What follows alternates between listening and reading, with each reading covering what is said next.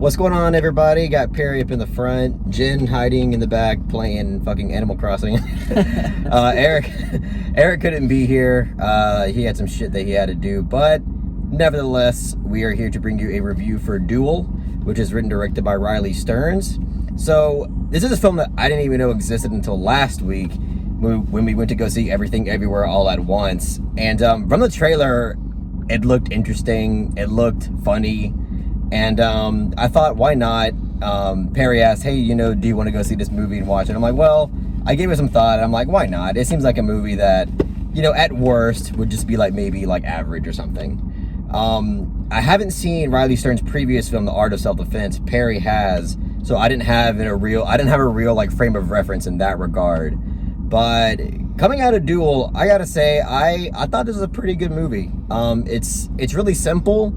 It's not a film that's gonna be mind-blowing, but in terms of its simplicity, I thought that it was, in terms of its concept, which is also pretty simple and something that we've seen a lot, has to do with cloning. And in this film in particular, it's a world where, if you're gonna die, you can clone yourself to kind of lessen the grief of your family. And I think it explored that concept in a simple way, but in a satisfying way. Because this film, as I mentioned, is not really out to do anything crazy, but for what it is, I thought it was pretty enjoyable. And the thing that I probably liked the most was how odd and dark the comedy was. And I'm pretty sure this carries over to the previous film, The Art of Self-Defense, because that's the vibe that I got from the trailer. But the sense of humor in this film, I think, is what works best for it, because this film never really lets the foot off the gas when it comes to its humor. It's pretty consistent with its approach to comedy. And I also liked the score and sound design. It's not used, very much, but there are little small sequences where the score and sound is used, and I think it builds atmosphere really well. It definitely helps keep you absorbed into what's happening in the film. And I thought the performance, I've never really seen her in anything. I forgot her name. Do you remember her name? Karen Gillan. Karen Gillan. I mean, I thought she was adequate. She's, again, it's not something you're gonna watch and you're gonna be like, oh, that was a mind-blowing performance. But again, for what she had to deal with in the script and in terms of its concept and the character that she has to embody, I thought she did a pretty decent job. Two characters, actually, yeah. And yeah. So again, this isn't a film that I'm not crazy about. But I did enjoy myself. I enjoyed my experience watching this film, I'll say. But with that, I'll hand it to Perry. Yeah, I also enjoyed this film. Maybe you liked it a little bit more than I did, or maybe we're just about the same on it. Mm-hmm. But I don't think this is good as Riley Stearns' previous work, The Art of Self-Defense. Mm-hmm. That's actually a pretty overlooked movie, and it's actually got good social commentary about toxic masculinity. Mm-hmm. It's one of those movies people really should seek out. I think it's on Hulu. I mean, I've slept on it for so long, and there's really no reason why I should have done that. But what's funny is you could have if I didn't know that this was written and directed by Riley Stearns and you showed me Duel, I could have guessed it's from the same director though. Oh, interesting. Okay. Because they have similar framing devices. Mm-hmm. Because both films involved very kind of pathetic protagonists. Mm-hmm. Having to be trained to become better than what they are now. Interesting. Yeah, I thought about that when I was watching Duel, because you have these these self-defense class sequences in this film that has Aaron Paul from Breaking Bad, and those sequences were really good. And Aaron Paul is great in this movie. Again, he's not in this movie a lot. He doesn't have that much to work with, but again, for what he's given, I thought that he did a pretty great job in this film. To be honest, I think Aaron Paul was my favorite part about the film. I can see that. I like the training sequences the most in the film. And like you said, it is kind of disappointing that he's not in the film more, but I understand that the narrative didn't, need him to be a bigger role. But it is kind of disappointing him being the best part of the film, and you only see him in the first act and the beginning of the second act. Yeah. And then the second half, it, you know, just goes away from it. It's kind of like you want to go back to this character because this character is so interesting. Like, he could have his own movie, you know? Yeah. I'd want to see a movie centered around this character. He's so interesting. Yeah, and his character adds, like, it adds another layer of humor to the film as well.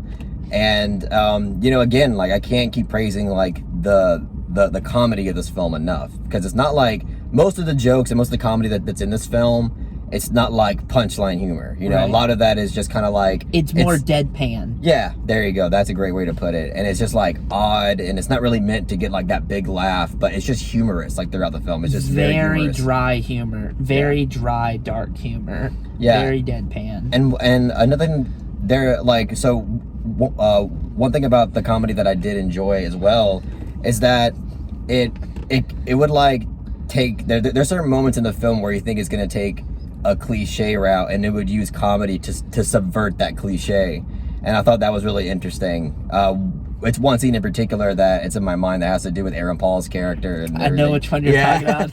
That's probably my favorite scene in the movie. And again, it's like as you're watching it, you're like, okay, this is odd, and then like, but the joke isn't over. Like, it kind of continues over like to the next scene, and then it hits even more. So like, I like the way the comedy is set up and the way that it is to kind of subvert, you know, certain plot devices and cliches. But yeah. But what's funny is like some of the subversions you get, I feel like are kind of predictable. Yeah, like I can see that. You could see certain things being reincorporated later on in the film. Yeah. So when it happens, it's like, oh, that's kind of what I was expecting the film to go. I think I know exactly what you're talking about, and it basically has to do with, like, you know, without spoiling it, you know, what happens to a certain character in this film, and then when it does happen, it seems a little underwhelming because it's just kind of like anticlimactic as well. Because it just kind of happens and there's nothing really more to it, and it also seems like a dumb decision too, which doesn't make sense. It's like the film at the end was going for something more profound, and it didn't really reach what it was going for thematically. I feel like Art of Self-Defense, like, again, I feel like it explores its themes in a lot more interesting way, as opposed to when this film goes away from the comedy and tries to be more thematic. That's when I like it at its, you know, I don't like it as much in the third act. I mean, I liked the last shot of this film that, you know, you see a character in a roundabout. I liked the shot because I think it is like it's meant to be symbolic as well. But in terms of what happens to the main character, I just thought it didn't really, like, you wait for so long, you know, to see what happens to this character. It builds it for such a long time, and then for it to kind of just, for that to happen in that way, it just seemed like, just kind of boring. Yeah. It's like you could have gone like so many different directions with it. It's like you go with the most like obvious, like predictable route. And it's funny because, like, narratively, I like the first half of this film more, but in terms of cinematography, the second half of the film was more like, you know, is where the cinematography really popped to me. Yeah, I agree. In the first half of the film, I'm like, this looks like a straight streaming service movie kind of. There's nothing really. Give me those vibes a bit. Yeah, nothing really too cinematic about it. But then there are some shots in the third act. I'm like, okay, this gives me a very cinematic feel to the movie. Yeah, and again, like, overall, this movie it's a weird kind of movie. Like, there's certain situations that happen that don't seem like it's realistic, but that's part of the movie shtick. Like, there's parts that just seem like very odd and out there and just very unnatural, but it's part of like the atmosphere, and it is part of like the overall approach in the world that this film's going for, and also it has to do with the comedy as well. I will say though, like, obviously this film goes for like we said, a very like dry humor, very deadpan like line delivery. Sometimes the like line delivery and the acting can come off very stilted. And it's like I get what the film is going for, but there are times where it's like the comedy's not landing and the acting just feels kind of awkward and stilted to me, especially in the first half of the movie. Yeah, I can totally. Or at least the first act. The first act is where I had issues. the most with the acting, but like as the film progressed, I just got more used to like the style of the acting and the line delivery and whatnot. It's comparable to like Killing of a Sacred Deer.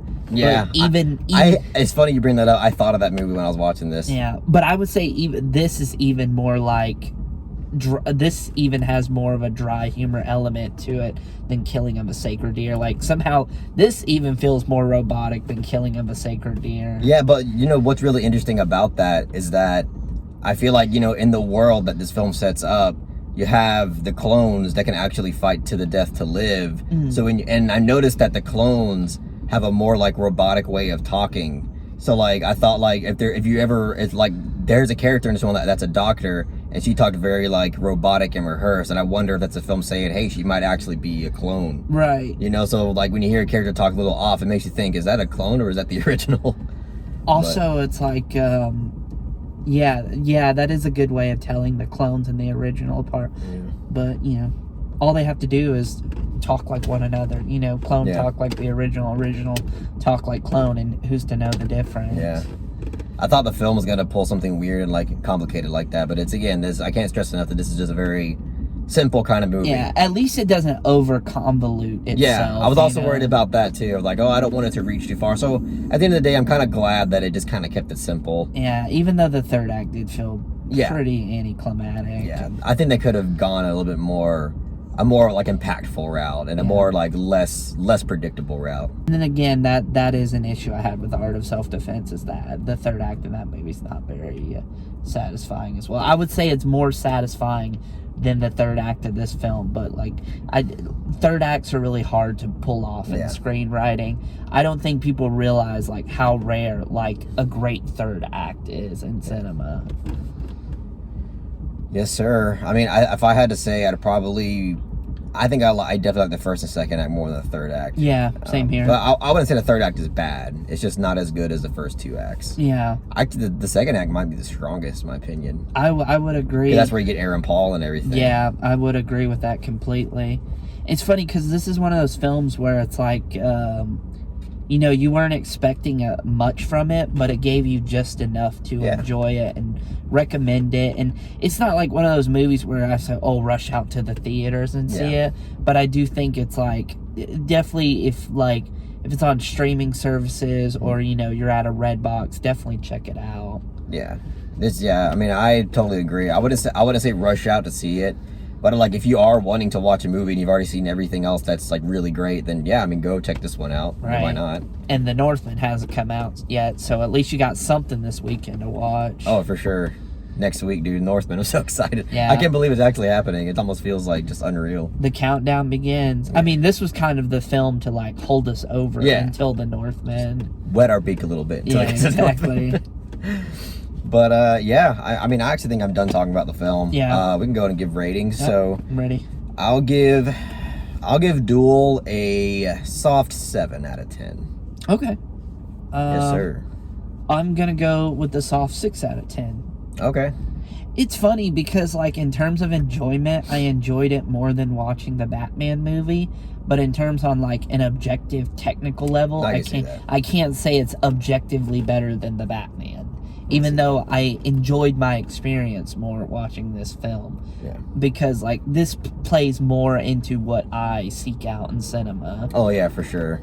Again, like, it's a little more weirder, it's a little more out there, so it's always going to appeal to us a little bit more. More indie, obviously. Yeah. I like films that are a lot more scaled back. Yeah, I mean, after watching this movie, I definitely want to finally go check out The Art of Self-Defense, so I might check that out sometime soon, finally. I might get our Discord involved. That may be a movie night for us. Oh, actually, that actually might be a good blind rec for me. Oh, yeah. Do that. We'll see, yeah. But all right, guys, that's all we got to say about Duel. By the way, I didn't mention this, but the wordplay on the word duel was really interesting in this film, too. Yeah. But that's all we got. Well, also, there's a Steven Spielberg movie called Duel, so thankfully they didn't spell it the same. Is it really? Yeah. I have no idea. I'm pretty sure Duel was like one of his like earliest movies. Could be his first movie. But it's spelled like Duel. D-U-E-L. Okay. Yeah. Yeah. That's really interesting. I didn't know that. But yeah, this is spelled D-U-A-L, and it's like kind of like a wordplay on like obviously like the whole dueling aspect in this film. Right. I thought that was interesting. But anyway, that's all we got to say about Duel. So if you really enjoyed what we had to say about the film, please give it a thumbs up and share it amongst your friends. Don't forget to subscribe to the channel to be updated on more film-related content.